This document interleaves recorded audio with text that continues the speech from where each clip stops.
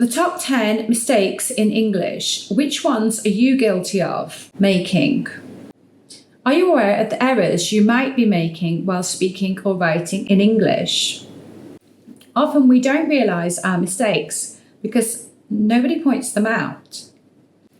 Identifying these mistakes is crucial. Once you know what they are, you can take steps to put them right. Let's find out which ones you might be making.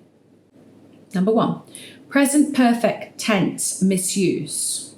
First up, the present perfect tense, one of my favourites.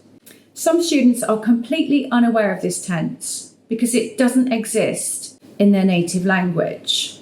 Regardless, it's one of the top 6 tenses used in English, so it must be used. Number 2, incorrect vowel sounds. Students are not usually taught the correct vowel sounds in English and try to compensate by using something similar from their language, and it doesn't work.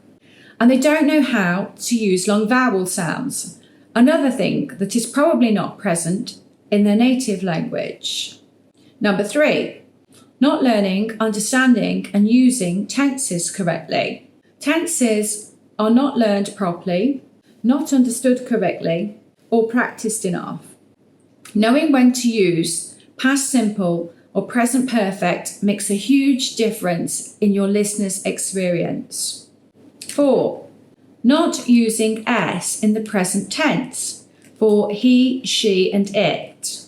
A common slip-up is not adding s in the present tense for he, she and it, like she love, not she loves. Number 5, misusing modal verbs.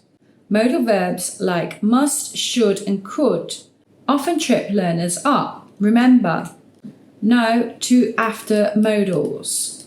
So, I must go, not I must to go. 6, preposition mistakes. Prepositions are difficult. It's interested in, not interested for. They need practice as they often don't translate directly from your language. 7, mistakes with articles and using some and any. A common issue is not using articles at all or using them incorrectly. In English, omitting articles like a, an or the when they are needed can change the meaning of your sentence. Additionally, many learners are confused when to use some and any, or again, don't use them at all.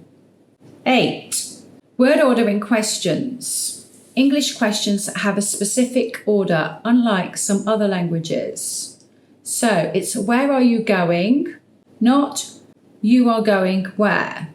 9, not learning irregular past simple or past participles. Irregular verbs are not learned correctly, so the student is constantly making mistakes when using past simple and tenses using the past participles. For example, I have ate or I have eaten instead of I have eaten. 10, incorrect DT and ID endings in the past tenses. Finally, past tense endings, it's walked, not walked. The pronunciation changes depending on the last sound of the verb. Some students don't know when to use the correct endings and just bluff through them somehow. Making mistakes is part of learning. The key is to become aware of those common errors and fix them. Do you make any of the above mistakes? Drop me a comment below. Like and follow for more.